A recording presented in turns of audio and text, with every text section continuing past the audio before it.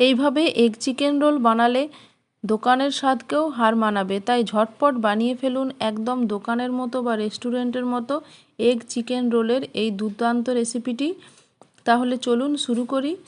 প্রথমে কড়াইয়ে refine oil গরম করে ওর মধ্যে আমি এখন দিয়ে দেবো আদা, রসুন এবং কাঁচা লঙ্কা বাটা।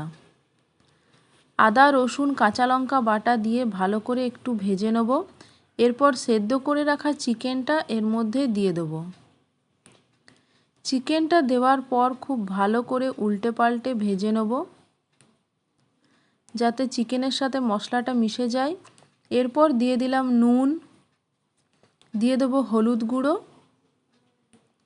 এবং কাশ্মীরি লাল লঙ্কা গুঁড়ো। এরপর হাফ মিনিট মতো উল্টে পাল্টে ভেজে নিলাম। যে সমস্ত দর্শক বন্ধুরা এখনও আমার চ্যানেলটিকে সাবস্ক্রাইব করেননি তাদের কাছে চ্যানেলটিকে সাবস্ক্রাইব করার অনুরোধ রইল। প্লিজ আপনারা স্কিপ না করে ভিডিওগুলো দেখুন। ভালো লাগলে লাইক, শেয়ার এবং সাবস্ক্রাইব করতে ভুলবেন না। এখন আমি চিকেন স্টক দিলাম।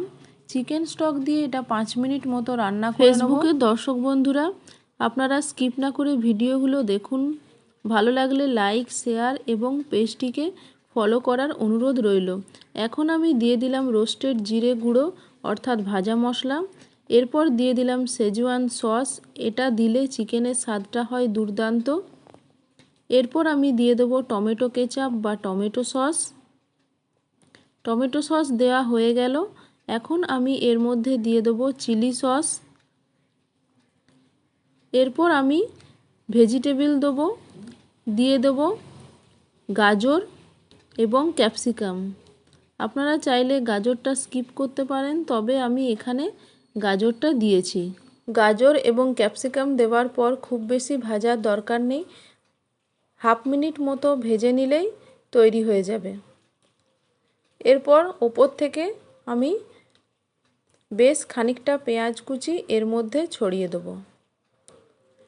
পেঁয়াজ কুচিটা দেওয়ার পর শুধু উল্টে পাল্টে নেব, এটা একদম ভাজবো না।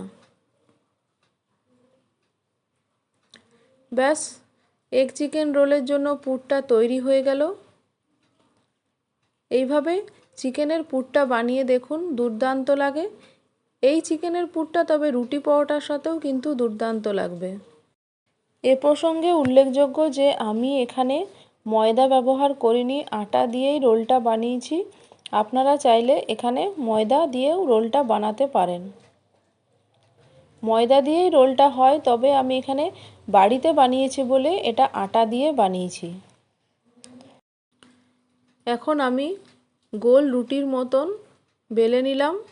এরপর এটাকে কড়াইয়ের মধ্যে উল্টে পাল্টে ভালো করে সেঁকে নেব। তারপর আমি এটাকে তেল দিয়ে ভালো করে ভেজে নেব। খুব ভালো করে তেল দিয়ে ভাজতে হবে যাতে একটু মুচমুচে টাইপের হয়। তো তেল দিয়ে ভালো করে উল্টে পাল্টে রোলের জন্য পরোটাটাকে ভেজে নেব। তো এইভাবে উল্টে পাল্টে আমি পরোটাটা ভেজে নিলাম। তাই রোলের জন্য পরোটাটা একদম রেডি হয়ে গেল। এখন আমি কড়াইয়ে অল্প তেল দিয়ে দিলাম। এখানে আমি রিফাইন অয়েল ব্যবহার করেছি। এর মধ্যে আমি 2টো ডিম ভালো করে নুন দিয়ে ফেটিয়ে রেখেছি, এখন সেটা এর মধ্যে দিয়ে দেব। ডিমটা দেওয়া হয়ে গেছে। এখন আমি রুটিটা বা পরোটা দিয়ে দিলাম এবং এক পিঠ দিয়ে উল্টো পিঠ উল্টে নিলাম যাতে দুটো পিঠের মধ্যেই ডিমটা লেগে থাকে। তো এক পিঠ ভাজা হলে আমি উল্টো পিঠটা উল্টে দিলাম। এইভাবে আমি ভালো করে দুটো পিঠই ভেজে নেব।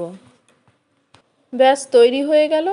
এখন আমি এটা একটা প্লেটের মধ্যে রেখে দেব।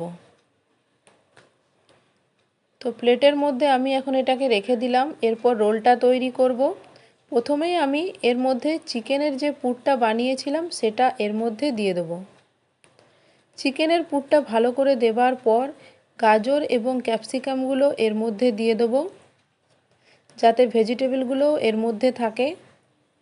এরপর আমি এর মধ্যে দিয়ে দেব পেঁয়াজ কুচি, যেহেতু চিকেনের পুরটা বানানোর সময় আমি বেশ খানিকটা পেঁয়াজ দিয়েছি, তাই এখানে আমি অল্প পরিমাণে পেঁয়াজটা দিলাম। এরপর আমি ভালো করে দিয়ে দেবো শসা কুচি, দিয়ে দিলাম কাঁচা লঙ্কা কুচি। এখন আমি দিয়ে দেবো লেবুর রস। লেবুর রসটা দিলে এর স্বাদটা খুব ভালো হয়। এখন আমি এর মধ্যে দিয়ে দেবো চিলি সস।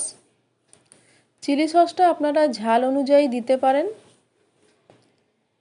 তো আমি এখানে চিলি সসটা দিয়ে দিলাম। এরপর দিয়ে দেবো টমেটো কেচাপ বা টমেটো সস। টমেটো সসটা একটু বেশি দিলে স্বাদটা একটু ভালো হয়।